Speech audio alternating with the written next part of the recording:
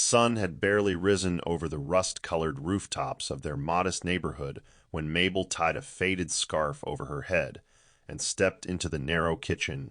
The aroma of groundnut stew filled the air, her way of cheering up Michael before his next job hunt. Michael strolled in minutes later, wearing his only decent shirt and a tired smile that still made Mabel's heart flutter. "If this job doesn't work out, I'll sell my radio," he joked, rubbing the back of his neck. Mabel laughed softly and placed a hand on his chest. "We'll be fine. Just keep believing."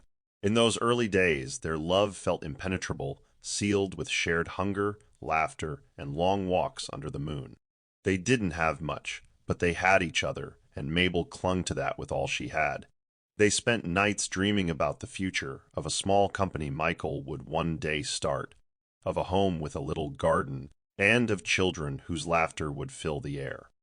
Mabel often stayed up late sketching logo designs and scribbling down names for Michael's future business, even though they could barely afford bread for breakfast. She never saw their struggle as a burden.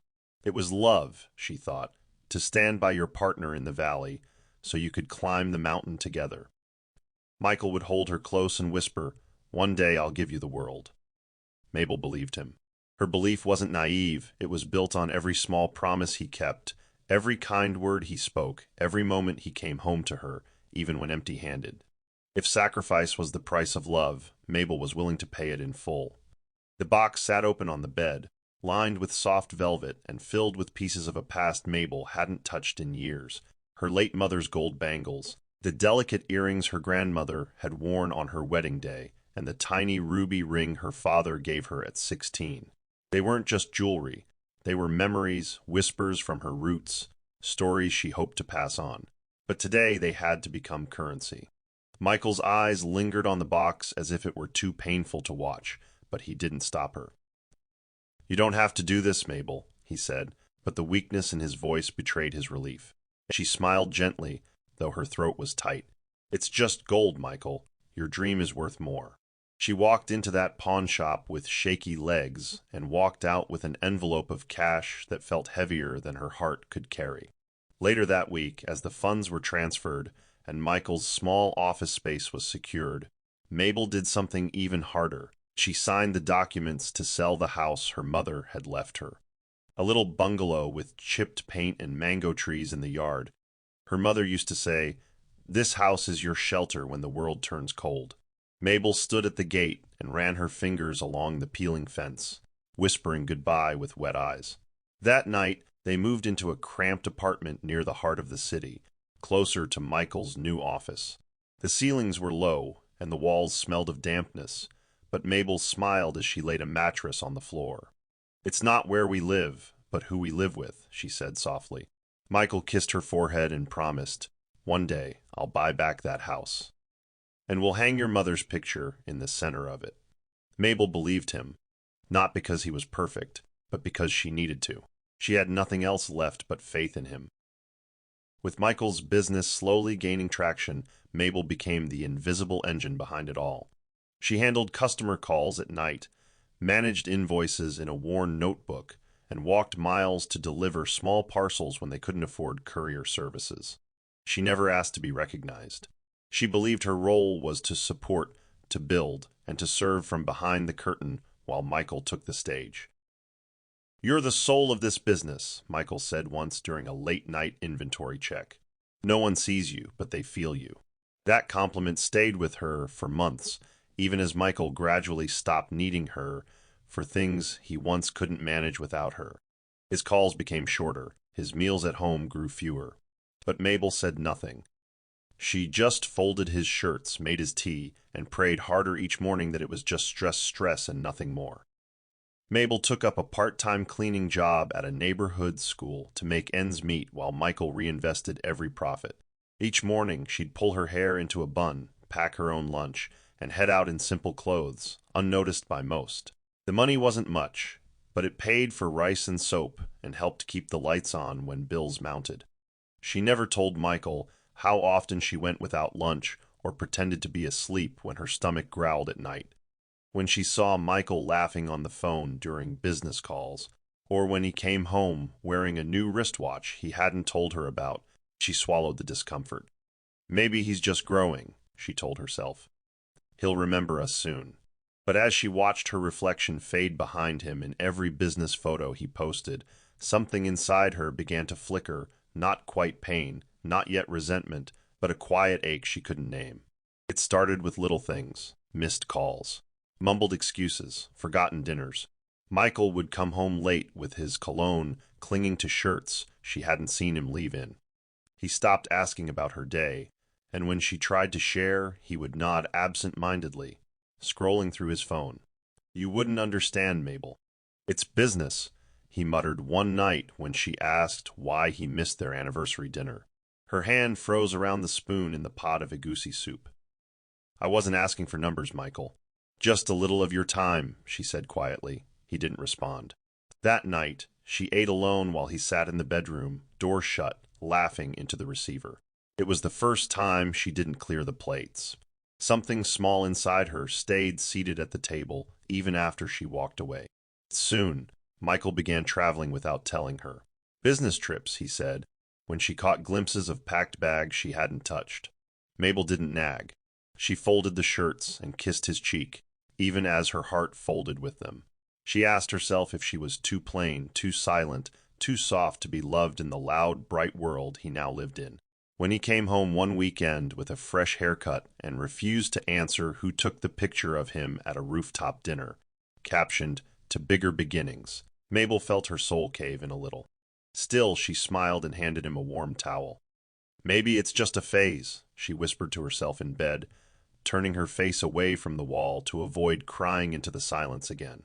"Maybe he'll come back to me." The change wasn't loud, it was chilling in its quietness. Michael began looking at Mabel like she was something he'd outgrown, like her presence was a nuisance he had to tolerate. At breakfast, his eyes no longer softened when he saw her. They sharpened, lingered on her headscarf or her faded wrapper with a flicker of distaste. "Can't you do something about your hair?" he asked one morning, not lifting his eyes from his phone. Mabel, startled mid-sip of tea, touched the roots of her braid, confused. "What's wrong with it?" she asked, her voice small. "Nothing. Just, you could try looking like someone who belongs beside me now," he murmured, pushing his plate away half-eaten. That sentence stayed lodged in her chest all day, its edges sharp, slicing through the last bits of comfort she had left in their home.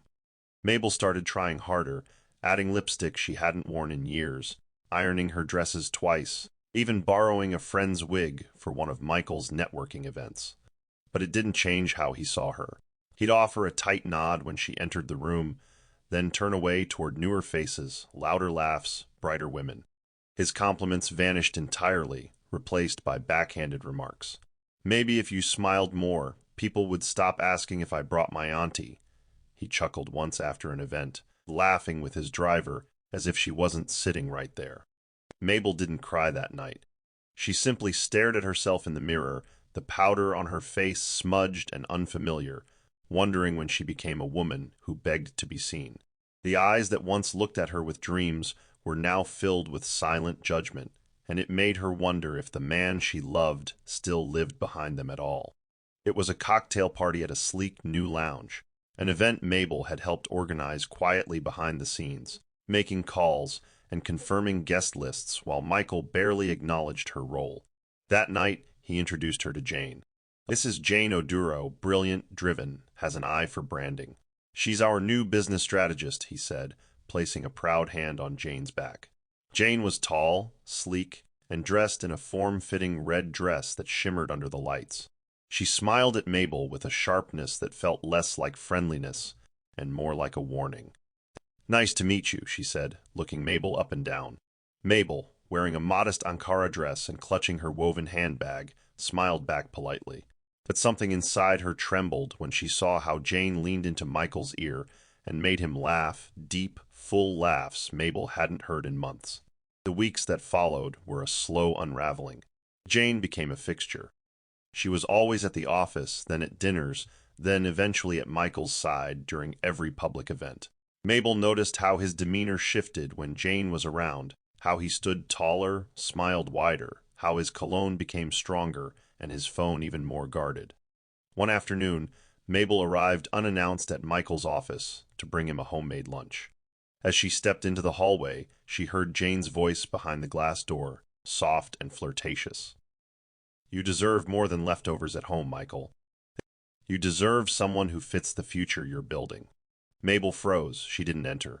She turned around and left the lunch on the receptionist's desk with a tight smile. That night, when Michael came home and casually said he wouldn't be around on Sunday because of business brunch with Jane, Mabel just nodded. She didn't argue, but in the quiet of their bedroom, she tucked herself into the blanket she once shared with him and whispered, "You're slipping away from me." Mabel didn't expect much for her birthday. She had long accepted that Michael wasn't good with dates. Still, she cleaned the house with extra care, made pepper soup with his favorite seasoning, and wore a simple blue dress he once said brought out the softness in her eyes. As evening rolled in and the street lights buzzed to life, she lit a candle on the table, hoping for even just a few minutes of his time. But the hours passed with no call, no knock, no footsteps. Midnight came and went. She sat alone, the untouched meal cooling beside her. Her fingers trembled as she cut the cake she bought for herself, a small vanilla one with "Happy Birthday M" scrawled in shaky icing. As she took a bite, her phone pinged. It was a photo on social media. Michael at a rooftop restaurant with Jane, champagne glasses raised between them. The caption read, "Celebrating something special." Mabel stared at the screen, her stomach twisting, not with jealousy, but with something deeper. Grief, betrayal, humiliation. The woman in the photo wore a silk gown and red lipstick. Michael was smiling the way he used to smile at her. She set the phone down and took her plate to the sink. The silence in the house became unbearable, so she reached for an old photo album tucked under their bed. She flipped through pages of sunlit memories, pictures of their early years, beach trips, shared ice cream cones, cramped apartments filled with laughter. Her fingers paused on a photo of Michael resting his head on her lap, eyes closed, at peace. Mabel's eyes welled up. "Where did we go wrong?" she whispered into the air, her voice cracking. No one answered. Only the quiet hum of the fridge filled the room. It was the loneliest birthday she'd ever known, but it was also the moment she realized just how alone she had become in a marriage meant for two.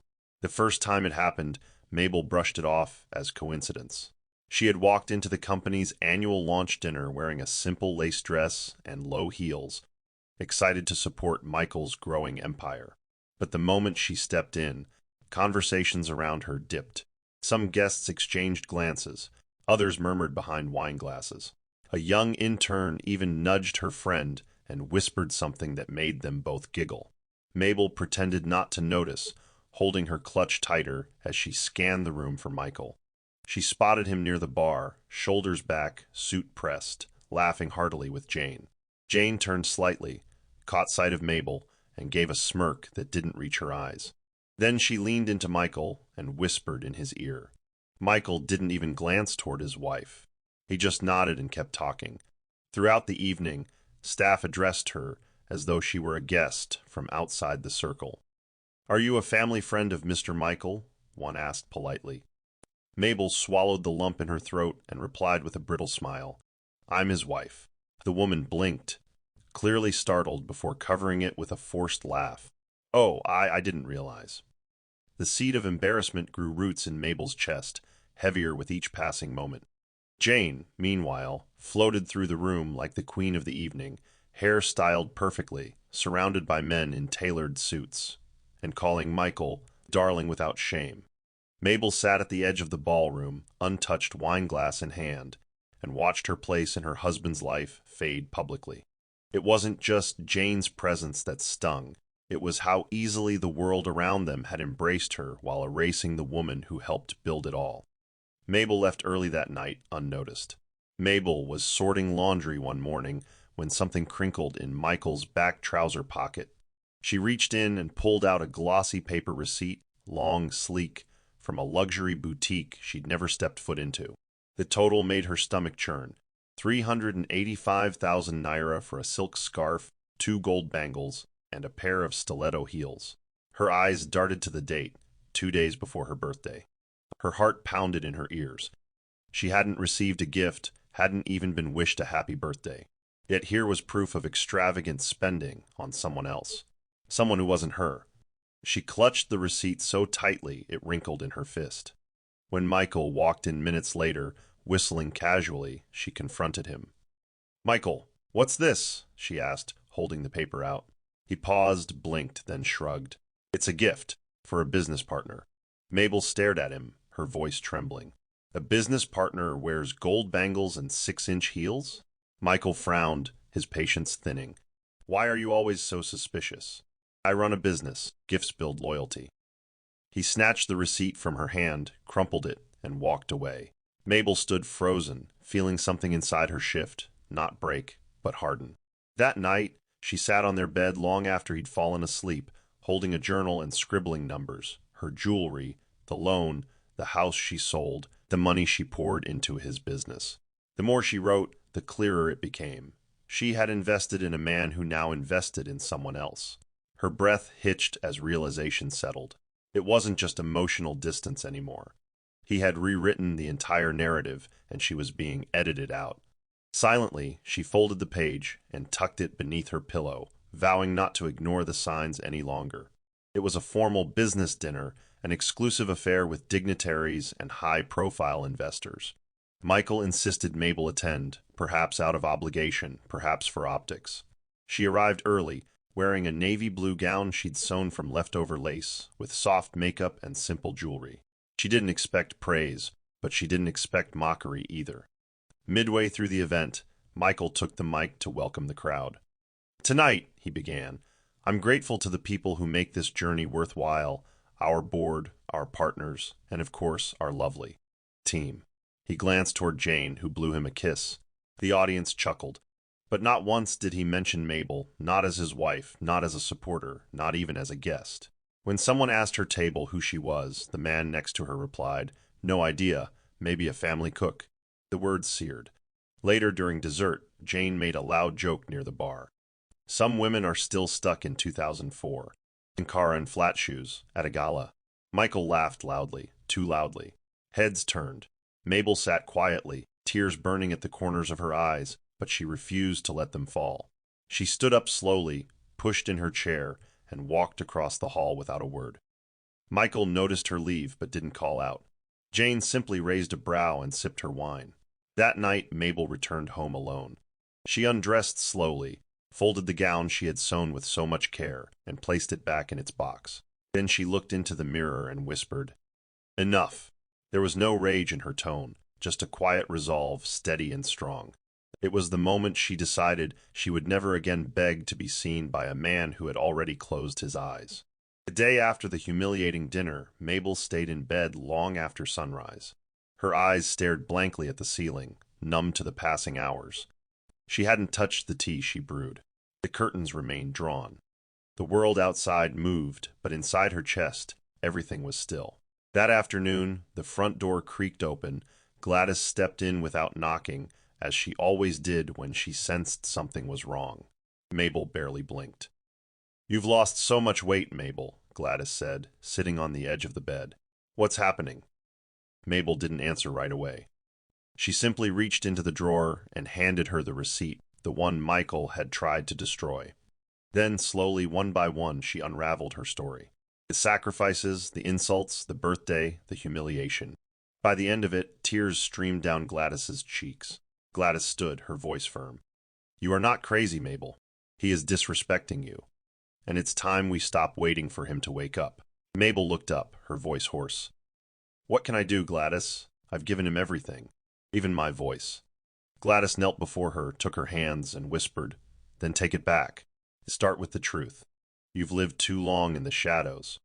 Let's pull the curtains." That night, they made a list, everything Mabel had contributed to Michael's business from day one. Gladys brought out her laptop and began combing through public business records. "We're going to find out exactly where you stand," she said. Mabel, for the first time in weeks, felt the faint flicker of something inside her, something dangerously close to hope. It didn't take long. Gladys was sharp and relentless. 2 days into their quiet investigation, she uncovered something that made Mabel's knees buckle. "You need to see this," she said, turning her laptop to face her. On the screen was a lease agreement for a luxury penthouse in Victoria Island, fully paid under the company name, but with Jane Oduro listed as the sole occupant. Mabel stared at the screen in disbelief. "He gave her a house?" she whispered. Gladys nodded grimly. "Not just a house. He furnished it top to bottom, with company money. Money that came from your blood and tears." The betrayal hit like a truck.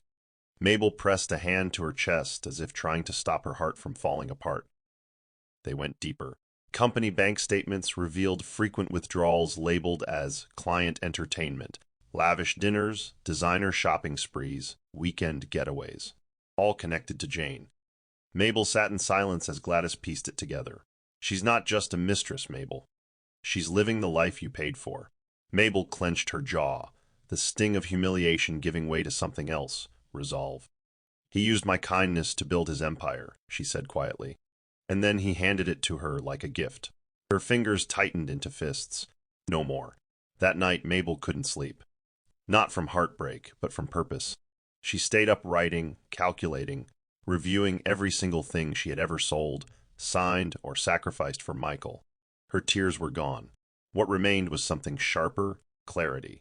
And with Gladys by her side, she would find out just how much of the empire truly belonged to her. Gladys arrived the next morning with a brown envelope clutched tightly in her hand. "You're not going to believe this," she said, closing the door behind her. She opened the envelope and laid out photocopies of original incorporation documents from Michael's company, documents they had requested through discreet legal channels. As Mabel scanned through the pages, her eyes widened.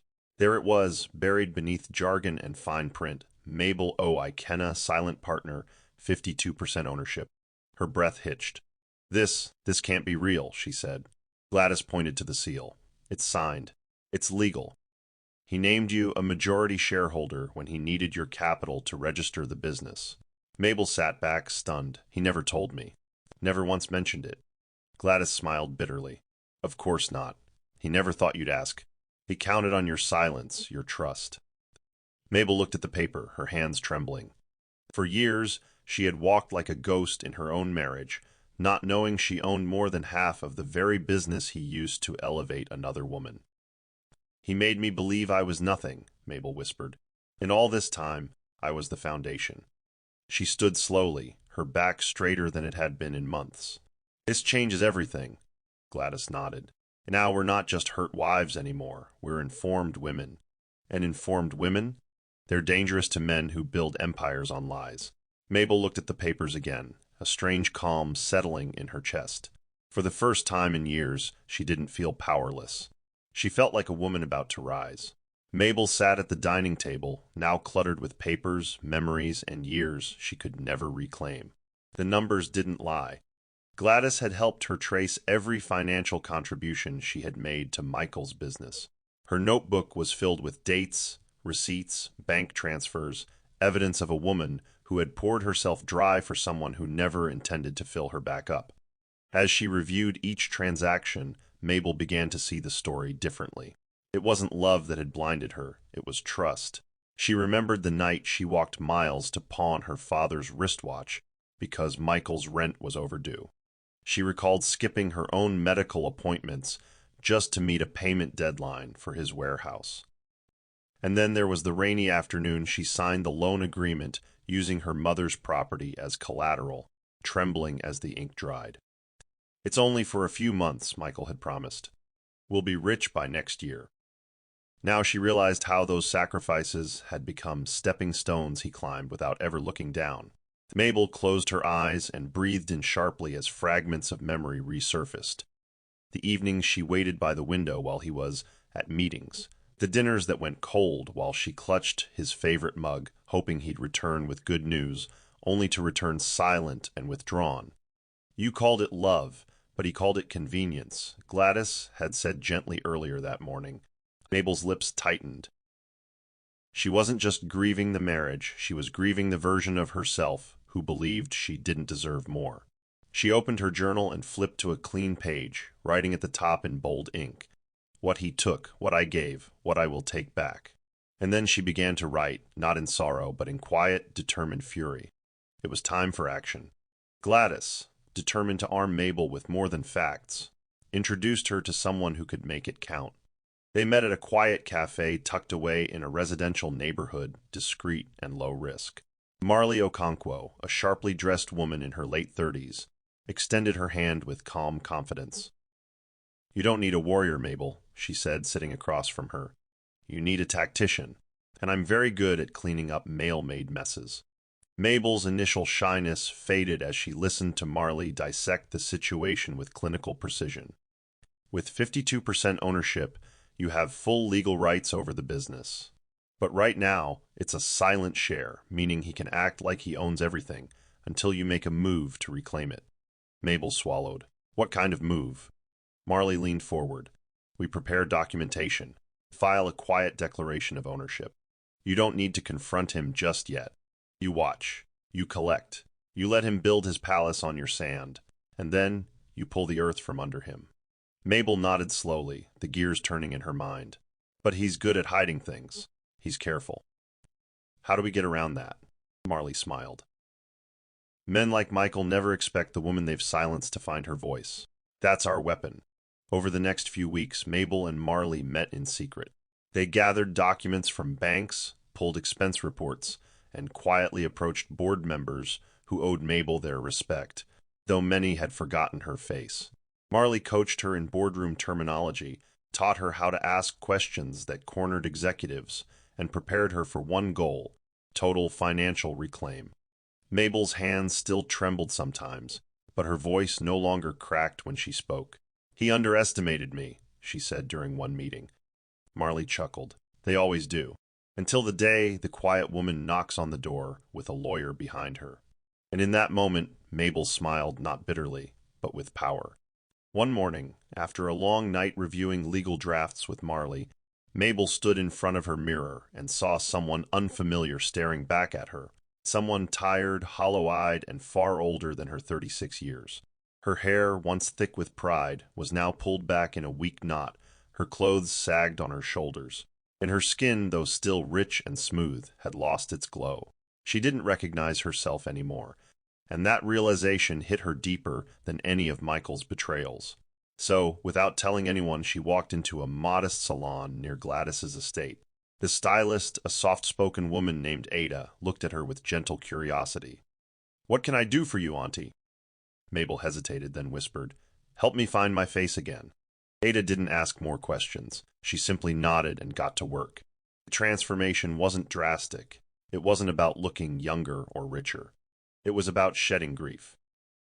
Ada trimmed the tiredness from Mabel's hair, moisturizing and braiding it into an elegant updo that highlighted her cheekbones. She gave her skin a warm facial, choosing soft bronze and gold undertones.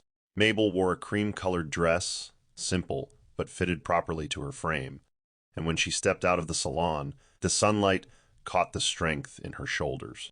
She passed by a boutique window and caught her reflection.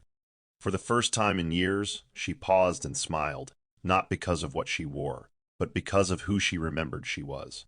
She wasn't just a forgotten wife or a generous fool.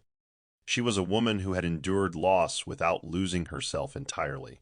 That afternoon, Gladys gasped when Mabel walked into her apartment. "Mabel," she breathed, hands over her mouth, "you look like yourself again." And Mabel, with a small nod, replied, "No. I look like the woman I should have never stopped being." Mabel stepped into the lobby of Michael's company headquarters with her chin slightly lifted and her shoulders squared, not as the submissive wife she used to be, but as a silent owner reclaiming her seat at the table. Dressed in an elegant wine blazer and modest pencil skirt, she walked past the receptionist, who barely recognized her. "Excuse me, ma'am, are you here for an appointment?" the young woman asked. Mabel smiled gently. "Tell Mr. Amika on the second floor that Mrs. Mabel Ikenna would like to observe today's strategy meeting. I believe my shareholding entitles me to do so." The receptionist's eyes widened, but she quickly picked up the phone. Moments later, Mabel was escorted upstairs, where she sat in a corner of the boardroom, quiet, poised, and watchful. Michael wasn't present. He was in Lagos for a supposed investor weekend with Jane. But his employees fidgeted under Mabel's gaze, unsure how to treat the woman their boss never acknowledged. She didn't speak much, but when she did, her questions sliced through the meeting like fine glass. "Why is the marketing budget inflated in Q2 projections?" she asked coolly. "Why are there overlapping invoices for events that never happened?" Mr. Emeka stammered as he flipped through papers. Mabel didn't smile. She simply nodded and wrote in her leather notebook. After the meeting, one of the junior analysts approached her shyly. "I didn't know you were involved, ma'am. Sir never mentioned." Mabel cut her off gently. "That's all right. I never mentioned it either. But that's about to change." That evening, she updated Marley on her visit. "They're sloppy," Mabel said. "They've been using my silence as a shield. I think they forgot I exist." Marley's voice crackled through the phone with satisfaction. "Perfect. Keep showing up. They'll remember your name soon enough." And so Mabel did just that, returning every few days, asking the right questions, making silent waves. With every visit, her confidence stitched itself back into her skin, thread by quiet thread. The gala was the largest corporate affair of the year, a black tie fundraising event hosted at a prestigious venue in Lekki. Mabel hadn't planned to attend until she received an invite addressed to Mrs. Mabel Ikenna, silent partner. Marley encouraged her. "You need to be seen not as a wife, but as a power in your own right." Mabel arrived in a modest but graceful gown, her hair swept into a soft bun, makeup understated but flawless. As she walked through the marble entrance, flashes from photographers lit the hallway, but none were for her. At least not yet. She took her seat quietly, unnoticed by most, until Jane entered. Clad in a shimmering emerald dress with a plunging neckline, she commanded attention like a stage actress.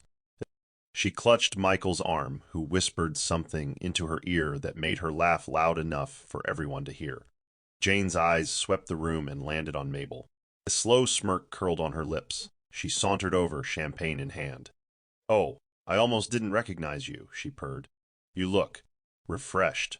Simplicity really is your thing, isn't it?" Mabel tilted her head slightly. "And excess seems to be yours." Jane laughed, clearly unbothered. "Careful. You might bore people if you keep dressing like someone's domestic staff." Mabel held her gaze. "And you might fool people into thinking you earned what you're wearing." A passing photographer paused to capture the moment, perhaps sensing tension. Jane leaned in closer, her voice lower. "Enjoy the show, Mabel, but don't get too comfortable.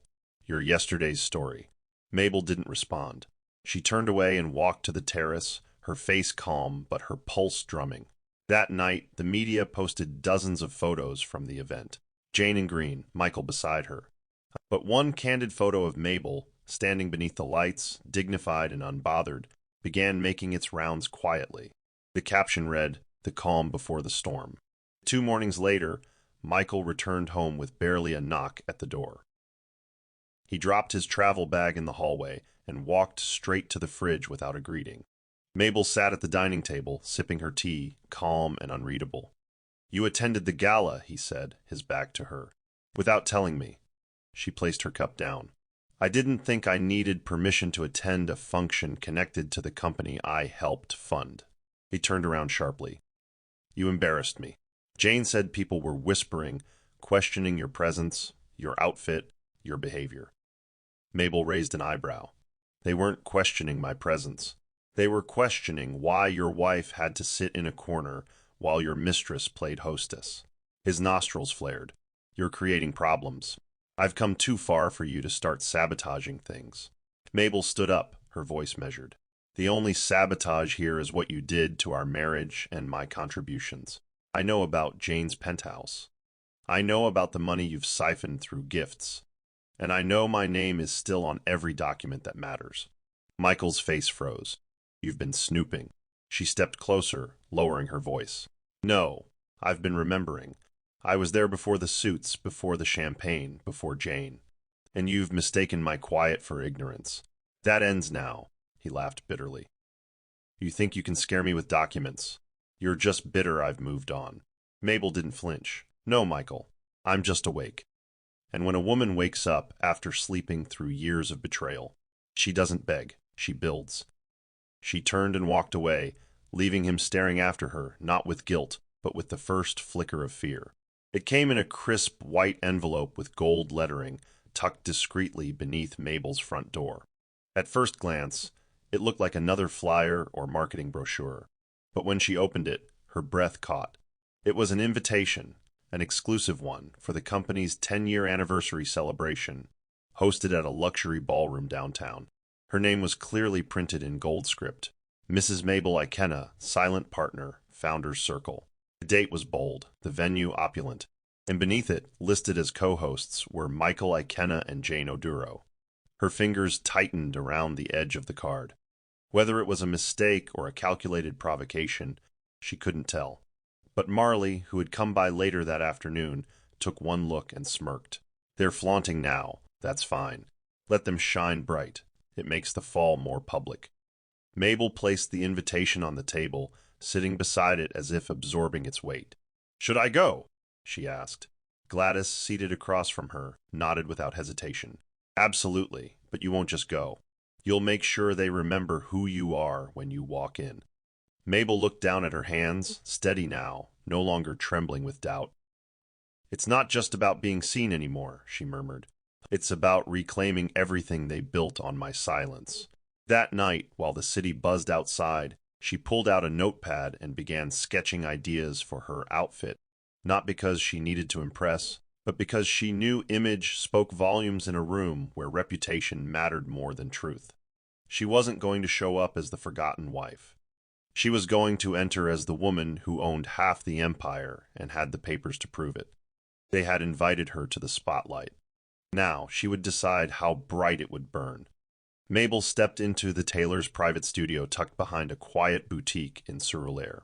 The space smelled of fabric and fresh flowers, lit softly by the afternoon sun. The designer Uzo was recommended by Marley, not for extravagance, but for elegance. "I don't want anything loud," Mabel told her gently. "I want to look like the kind of woman who doesn't need to scream to be heard." Uzo studied her quietly for a moment, then smiled. "You want power stitched into silence. I understand." She brought out swatches of silk, deep bronze, and royal plum, then settled on a muted gold fabric that shimmered only when touched by light. "This," Uzo said, brushing it over Mabel's shoulder, "is for women who don't compete. They conquer by existing." Mabel nodded, her throat thick. "That's exactly who I need to be." As the fittings progressed, something shifted. Each time Mabel saw herself in the mirror, her reflection felt less like a costume and more like a revelation. The final dress was form-fitting but dignified, with clean lines, a structured bodice, and a train that kissed the floor without arrogance. Uzo added delicate embroidery, nothing flashy, just faint golden threadwork woven at the hem, like whispers of royalty only a few would notice. At the final fitting, Gladys stood at the door, watching in stunned silence. "You look," she whispered, unable to find the right word. Mabel turned toward her, lifting her chin with grace. "I look like someone they shouldn't have underestimated." In that moment, she didn't need Michael's validation or Jane's envy. She had become her own monument, elegant, unshakable, and quietly radiant. The dress wasn't just fabric. It was closure. It was a warning. 3 days before the gala, Mabel met Marley at her private office tucked above a quiet art cafe. The lawyer slid a folder across the table with a crisp finality that filled the room with unspoken anticipation. "Everything's ready," Marley said. "Once you give me the word, the company board will be served notices acknowledging your control. You can revoke Jane's access, freeze misused funds, and force Michael to relinquish unauthorized decisions, all within your right." Mabel took a breath as she opened the folder. Inside were power of attorney forms, shareholder declarations, and a formal petition to restructure the executive board. The words blurred for a moment as the weight of her decision settled over her chest, not heavy with fear, but with clarity. "So this is what justice looks like," she whispered. Marley nodded, her voice steady. "It's quiet at first. Then it echoes through every room they tried to lock you out of." Mabel traced her finger along the signature line. "He'll fight it," she said. Marley didn't flinch. "Let him. His name is built on your foundation. Once the truth comes out, he won't even have a brand left to protect." Mabel picked up the pen, signed each page with deliberate strokes, and closed the folder. "Then let them have their party. I'll bring the fireworks." Marley smiled as she collected the documents. Just remember, Mabel, this isn't revenge. This is reclamation. You're not punishing them. You're restoring you. As Mabel stepped out into the dusky evening air, her dress complete and her name legally restored, she didn't look back. She had everything she needed now: grace, truth, and the law. And soon the entire room would feel her presence the way Michael used to, undeniable. The ballroom glowed under cascading chandeliers, the floor polished to perfection, reflecting every glittering heel that stepped onto it. Jane made her entrance like a queen, draped in a floor-length emerald gown with a slit that revealed diamond-studded heels. Her arms were looped around Michael's, and the two of them moved like royalty, posing for photographers, laughing for effect. The press was present, invited deliberately.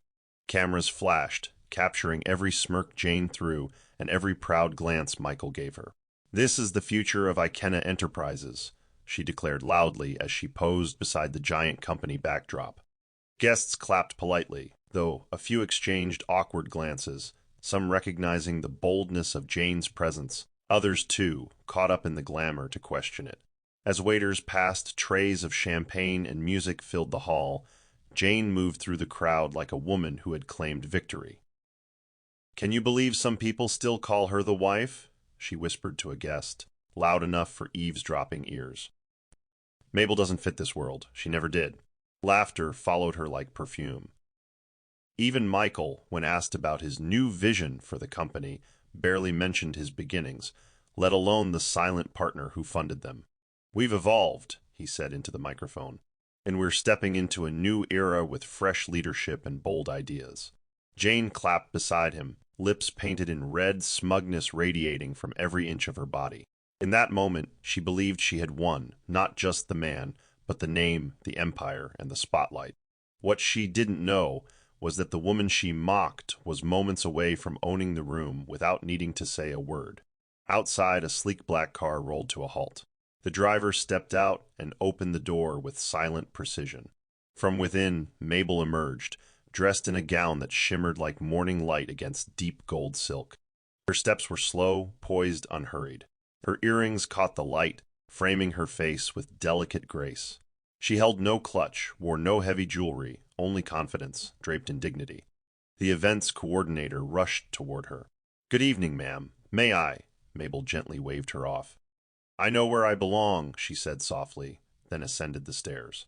Inside, the murmurs began the moment she entered. Heads turned. A hush followed her. Some guests rose from their seats without realizing it, drawn to her presence as if gravity itself had shifted. Michael, who had just begun a toast, faltered mid-sentence when his eyes landed on her. His grip tightened around the glass. Jane turned, expecting perhaps a politician or celebrity, but when she saw Mabel, her lips parted in disbelief. "What is she doing here?" she hissed. Mabel walked past them, not stopping, not looking. Her eyes scanned the room and settled calmly on an empty seat near the front. She sat, legs crossed, posture regal, unbothered. The MC stammered, "Let us welcome our esteemed silent partner, Mrs. Mabel Ikena." Polite claps echoed, but awe hung heavier. For the first time in years, Mabel wasn't invisible. She wasn't small. She wasn't simple. She was the thunder they had mocked, now rolling in quietly, shaking the ground beneath their polished shoes. And not even Jane's glittering dress could compete with the way Mabel commanded the moment, without a single word spoken. The rest of the evening unfolded in slow motion. Mabel's presence disrupted the rhythm Jane had rehearsed, replacing it with uncertainty. Investors and key partners began approaching her one by one, each offering warm greetings, subtle apologies masked as compliments. "It's been far too long since we've seen you," one said. "Didn't realize you were attending," another murmured. Mabel responded with gracious nods, her voice measured and diplomatic. "I came because I was invited, and I do own a majority of what you see tonight." The words were soft, but they landed like thunderclaps. Michael watched from across the hall, his smile thinning with every handshake Mabel received. Jane, meanwhile, tried to salvage attention, laughing louder, clinging tighter to Michael, inserting herself into every camera shot, yet the light no longer found her. Then came the moment she stood. Mabel walked to the center of the room, not toward the stage, but to a round table where 4 board members sat. "Good evening, gentlemen," she greeted. "I believe we have a meeting to schedule regarding restructuring." They stood up at once, caught off guard by her directness. One stammered, "Of course, Mrs. Ikenna. We weren't aware you'd—" "You are now," she said kindly, then turned, heading back through the crowd.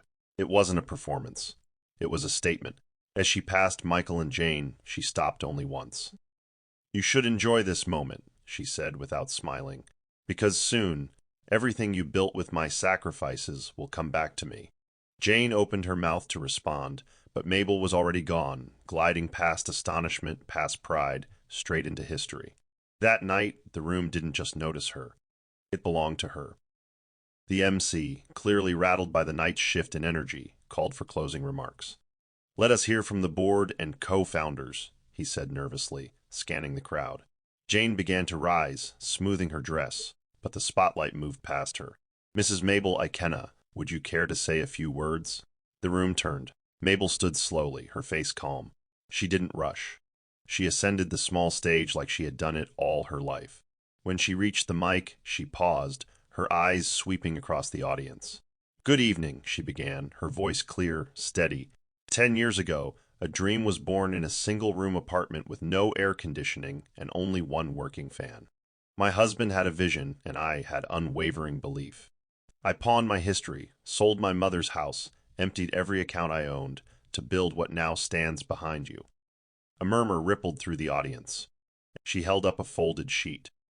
"What I never told anyone was that I legally became the majority shareholder because I was the only one who risked everything to begin with." She turned toward Michael, locking eyes with him. "While others decorated themselves with the success I bled for, I remained silent. But silence isn't weakness, it's patience." Jane sat frozen, Michael's mouth slightly open, hands trembling at his sides. "I came tonight not to shame anyone," Mabel continued, "but to reclaim my place. Not out of spite, but because the woman who built this foundation deserves to stand on it." She closed the speech with a simple nod. "To every woman who's ever been made to feel invisible, I see you.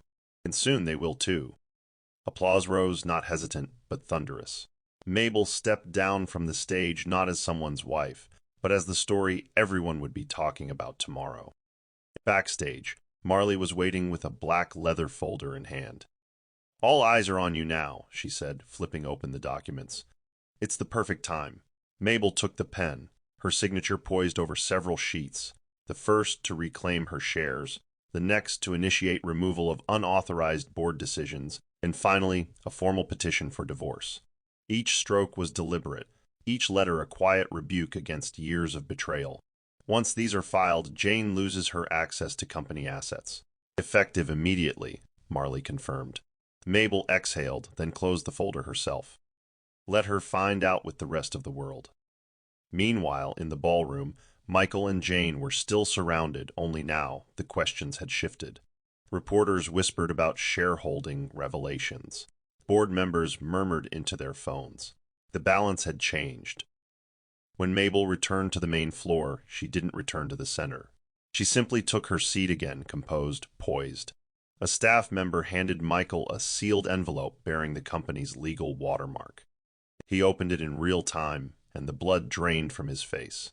"What is this?" he muttered, shoving the papers into Jane's hands. She read silently, her eyes widening as she stumbled backward. This is a power transfer. She's taking control." Michael's voice cracked. "No, she had control. We just never paid attention." Jane turned to search the room, but Mabel was already rising to leave. As she walked toward the exit, silence parted the crowd. Nobody stopped her. Even the cameras followed her like a queen returning to her throne.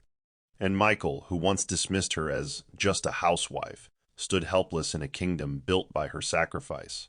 The fallout was immediate. That same evening, the company's social media exploded with hashtags. The silent founder, Mabel Ikenna, she owns it. By morning, journalists had released exposés about Jane's luxury penthouse funded with embezzled company funds. Investors pulled out within hours. Employees demanded answers. Michael sat slumped in his office, staring at spreadsheets he could no longer control. Jane paced the room, panicked. "We can fix this, can't we? Say it was all a misunderstanding. Tell them she forged the papers." Michael slammed the desk. She didn't forge anything, Jane. She just finally used what was always hers. He reached for his phone and called one of the board members, only to be told, "Mr. Ikenna, your privileges have been suspended pending review. Speak to your wife." He hung up slowly, defeated. Jane's voice dropped to a whisper. "She's really taken everything." Michael looked at her, really looked at her for the first time. "No, Jane, I gave her everything. Then I spent years pretending I hadn't." Across town, Mabel sat in her living room, sipping ginger tea. She wasn't smiling. She wasn't gloating. She simply watched the rain fall outside her window and let the silence wrap around her like a long-lost friend. Gladys entered quietly, dropping her purse by the door. "They're reeling," she said. "You flipped the entire script in one night." Mabel nodded. "It was never about revenge, Gladys. It was about return." She leaned back, her voice barely a whisper. "They laughed at my simplicity, but I never needed noise to be powerful." Outside, thunder rumbled, low and distant. Inside, Mabel finally felt peace, not because she destroyed them, but because she remembered who she had always been. The days that followed were slower, calmer, strangely still. Mabel found herself rising with the sun, not out of obligation, but with ease. The mornings were hers again. She no longer moved to the rhythm of another's needs. No more early ironing of suits, no more waiting beside cold meals. She planted mint in the windowsill and brewed her tea with fresh leaves, letting the scent fill her modest kitchen. Her phone buzzed less often now. There were no more arguments to silence, no more guilt-laced calls, no more fake apologies begging for extensions of grace. It was just her. And in that quiet, she discovered something she hadn't felt in years, peace. Not the kind that comes from escape, but the kind earned after a long, brutal war of endurance. One evening, as rain drizzled against the glass, Gladys dropped by with a small basket of pastries. "So," she said, curling up on the couch, "how does it feel to breathe again?" Mabel smiled, wrapping her shawl around her. "It's strange," she admitted, "like I was holding my breath for 10 years and didn't even realize it." They sipped their tea in companionable silence. Then, as the sky turned a soft gray, Mabel stood and pulled out an old photo from her drawer, one of her and Michael from their earliest days. She looked at it, not with bitterness, but reflection. "I don't regret loving him," she said quietly. "I only regret forgetting myself in the process." Gladys placed a hand over hers. "But you found your way back." Mabel nodded, setting the photo down and facing the window again. The storm outside was gentle now, almost like a whisper. And within her, everything had finally gone still. 2 weeks later, Mabel stepped into a bookstore cafe near Victoria Island, craving a quiet afternoon with a novel. As she browsed the fiction aisle, she heard hushed voices behind her. She turned, and there they were. Michael, disheveled and tired, wearing an unpressed shirt. Jane stood beside him, makeup barely covering the weariness on her face, scrolling desperately through her phone. They didn't see her at first. They were too absorbed in a conversation laced with panic. "No one's calling back," Jane muttered. "My cards keep bouncing." Michael rubbed his forehead, exasperated. "Investors pulled out. The board froze everything." "We've got nothing left, Jane." Mabel didn't approach. She didn't need to. Instead, she stepped into the light of the reading area, where Jane eventually caught sight of her. Their eyes met. Jane's face shifted, shock, then guilt, then envy. Michael turned, his expression crumbling. "Mabel," he whispered. She offered a polite nod, but her eyes held no emotion, no hatred, no pity. Just closure. "I hope you both find what you're really looking for," she said, then turned back toward the counter and placed her book down. As she walked away, Jane stood frozen. Michael slumped onto a bench, burying his face in his hands. Mabel exited the cafe into the soft Lagos breeze. Her driver opened the door, and as she entered the car, she caught a glimpse of her reflection, serene, whole, radiant. The world had watched her rise from the ashes of her silence, not with revenge, but with royalty. And as she was driven away, the final headline flashed across the digital billboard above the street. The empire he stole was hers all along. Here's the Bible verse for the story. Proverbs 31, verse 25. "She is clothed with strength and dignity. She laughs without fear of the future. For though they mocked her silence, her wisdom raised her higher than pride ever could." This verse honors Mabel's grace under pressure, her dignity in betrayal, and her quiet strength that ultimately led to her vindication. Moral of the story: never underestimate the quiet strength of a woman who sacrifices in love. The world may overlook her, and betrayal may seek to silence her, but when she remembers her worth, her rise is unstoppable. Dignity may move slowly, but when it speaks, it rewrites every story written without her voice. That's the end of the story. What did you learn from this story? Drop your thoughts in the comments section. Leave a like and don't forget to subscribe and turn on post notification so that you'll be notified whenever we drop our next videos. Also, share this video to someone who might be interested.